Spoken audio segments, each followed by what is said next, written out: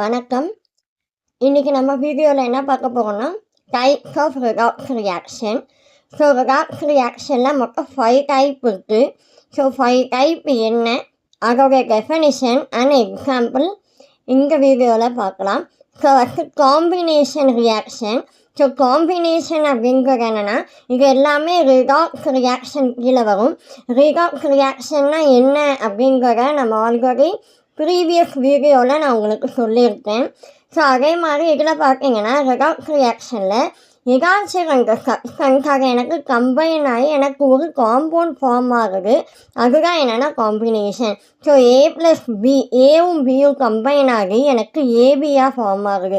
So carbon oxygen கார்பனும் ஆக்சிஜனும் combine ஆகி carbon di oxide ஆகுது. So கார்பனில் இந்த கார்பன் எனக்கு ஆக்சிடேஷன், இந்த ஆக்சிஜனில் இந்த ஆக்சிஜன் எனக்கு ரெடக்ஷன். ஸோ இதில் இருக்கக்கூடிய ஆக்சிடேஷன் நம்பர் இது எப்படி நம்ம கேல்குலேட் பண்ணணும் அப்படிங்கிறத நான் ப்ரீவியஸ் ஷார்ட்டில் நான் உங்களுக்கு எக்ஸ்பிளைன் பண்ணியிருக்கேன். ஸோ நீங்கள் அதை ரெஃபர் பண்ணிக்கலாம். And then decomposition reaction. இந்த நேம்லேயே நமக்கு இருக்குது. டீகம்போசிஷன் அப்படிங்கிறது என்னென்னா 1 மாலிகுல் எனக்கு 2 டிவைட் ஆகும். அதுதான் டீகம்போசிஷன் ரியாக்ஷன். ஸோ இதுவும் ரிடாக்ஸ் ரியாக்ஷன். இதில் என்ன ஆகும்னா compound break down into 2 or more component. ஒரு காம்பவுண்ட் உடஞ்சி எனக்கு 2 or more காம்போனன்ட் ஃபார்ம் ஆகுது. அப்படி ஃபார்ம் ஆச்சு அப்படின்னா அது எனக்கு டீகம்போசிஷன் ரியாக்ஷன். இது அப்படியே காம்பினேஷன் ரியாக்ஷனுக்கு எக்ஸாக்டாக ஆப்போசிட் ரியாக்ஷன் தான் என்னென்னா எனக்கு டீகம்போசிஷன் ரியாக்ஷன். ஸோ இதுக்கான எக்ஸாம்பிள் பார்த்தீங்கன்னா 2 moles ஆஃப் H2O வாட்டர். அதை நான் என்ன செய்கிறேன், ஹீட் பண்ணேன் அப்படின்னா எனக்கு ஹைட்ரோஜன் தனியாக ஆக்சிஜன் தனியாக எனக்கு ஃபார்ம் ஆகுது. ஸோ இங்கே A+B ஏபியாக ஆகுது. இங்கே ஏபி எனக்கு A+Bயாக எனக்கு ப்ராடக்ட் ஃபார்ம் ஆகுது.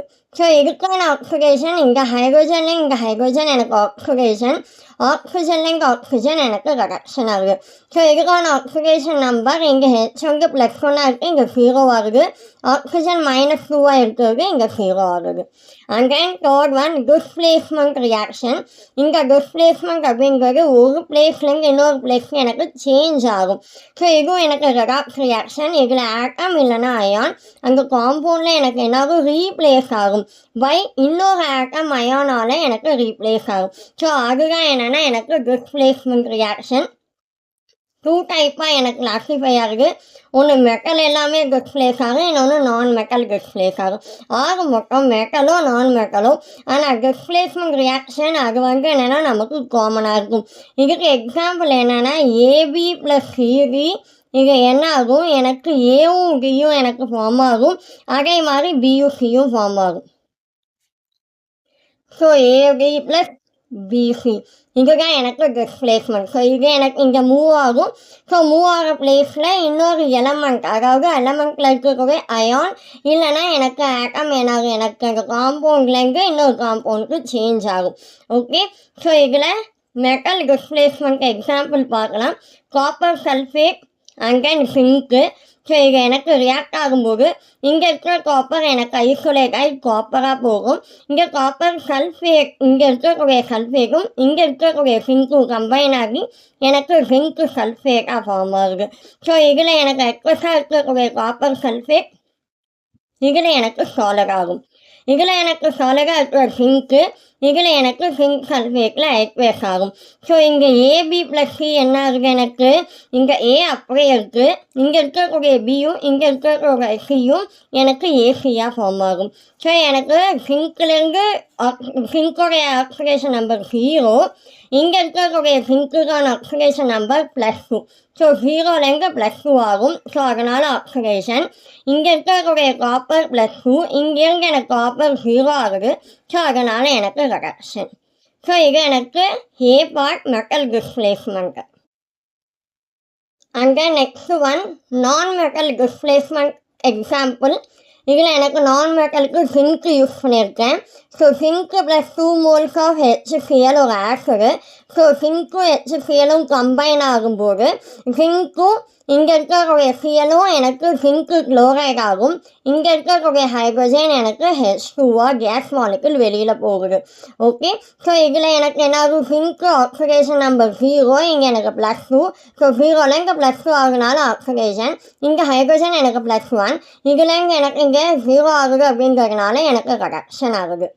அண்ட் தென் 4th ஒன் டைப்பில் திஸ் ப்ரப்போசினேஷன் ரியாக்ஷன், இன்னொரு நேம் என்னென்னா ஆட்டோ ரெடாக்ஸ் ரியாக்ஷன். ஸோ நேம்லேயே நமக்கு ரெடாக்ஸ் ரியாக்ஷன் ஆகும், பட் ஆனால் அது ஆட்டோமேட்டிக்காக ரெடாக்ஸ் ரியாக்ஷன் எனக்கு ஆகும். ஸோ இது ஒரு கெமிக்கல் ரியாக்ஷன். இதில் மாலிகுல் எனக்கு ட்ரான்ஸ்ஃபார்ம் ஆகுது 1 or 2 டிஸ்சிமிலர் ப்ராடக்டாக. அப்போ எனக்கு நான் ஏ எடுத்துக்கிறேன் அப்படின்னா அங்கே ஏபி எனக்கு என்ன ஆகும், எனக்கு ஏ அங்கே பியில் கொஞ்சம் வரும், மிச்ச பி எனக்கு வெளியில் போகும். ஸோ இதில் யூஸ் பண்ணுற காம்பவுண்ட் பார்த்தீங்கன்னா ரெண்டுமே எனக்கு ஆக்சிடேஷனும் ஆகும், ரிடக்ஷனும் ஆகும் சைமல்டேனியஸாக. ஸோ அது ஆட்டோமேட்டிக்காக ஆகும். அதனால தான் நேம் ஆட்டோ ரிடாக்ஸ் ரியாக்ஷன்.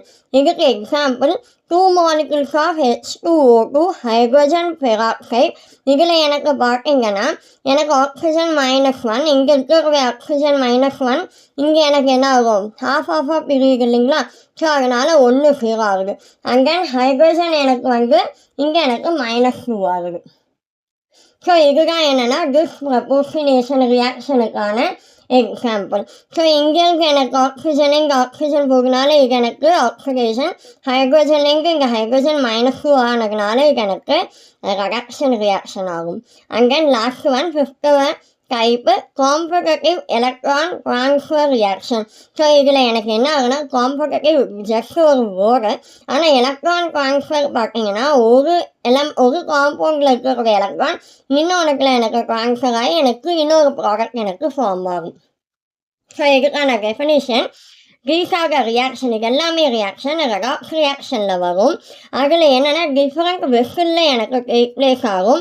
இன்டைரக்டாக சொல்ல போனால் இது எனக்கு ரெடாக்ஸ் ரியாக்ஷன், பட் ஆனால் அது இன்டைரக்டாக எனக்கு ரியாக்ஷன் ஆகும். ஸோ இதுக்கான எக்ஸாம்பிள் பார்த்தீங்கன்னா காப்பர் சாலிடாக இருக்குது, and then 2 molecules of AgNO3 silver nitrate aqueous form. இதையும் நான் ரியாக்ட் பண்ணும்போது எனக்கு காப்பர் நைட்ரேட் ஆகும். அண்ட் தென் எனக்கு 2 molecules of Ag சில்வர் எனக்கு பை ப்ராடக்டாக இருக்குது. இது எனக்கு சாலிட் ஃபார்ம். இங்கே இருக்கக்கூடிய காப்பர் நைட்ரேட் ஆகும்போது அக்வஸ் ஆகும். இங்கே இருக்கக்கூடிய சில்வர் நைட்ரேட் அக்வஸ் இருக்கிறது எனக்கு சாலிட் ஆகும். ஸோ காப்பருக்கான ஆக்சிடேஷன் நம்பர் 0, இங்கே காப்பருக்கு +2, அதனால் எனக்கு ஆக்சிடேஷன் ஆகுது. இங்கே எனக்கு ஏஜிக்கு +1, ஆனால் ப்ராடக்டில் இருக்கிற ஏஜிக்கு எனக்கு 0. ஸோ அதனால் எனக்கு ரிடக்ஷன் ஆகுது. ஸோ நல்லா ஞாபகம் வச்சுக்கோங்க, ஆக்சிடேஷன் அப்படிங்கிறது ரொம்ப சிம்பிள். எனக்கு ஏதாச்சும் கம்மி நம்பர்லேருந்து அதிகமாகச்சுன்னா அப்போ எனக்கு ஆக்சிடேஷன் ஆகும். ஒரு நம்பர்லேருந்து எனக்கு கம்மி ஆகுது அப்படின்னா எனக்கு ரிடக்ஷன் ஆகும். ஸோ இதில் எனக்கு சில்வர் ரிடக்ஷன் ஆகுது, காப்பர் எனக்கு ஆக்சிடேஷன் ஆகுது. ஸோ இங்கே ரியாக்ஷன் எப்படி பேலன்ஸ் பண்ணுறது, அண்ட் தென் ஆக்சிடேஷன் நம்பருக்காக அங்கே ஒரு பர்டிகுலர் எலமெண்ட்டு வேலன்ஸ் என்ன. ஸோ இது எல்லாமே உங்களுக்கு நான் ஷார்ட்ஸ்லேயும் கொடுத்துருக்கேன், வீடியோலையும் அப்லோட் பண்ணியிருக்கேன். நீங்கள் அதை ரெஃபர் பண்ணிக்கலாம். தேங்க்யூ.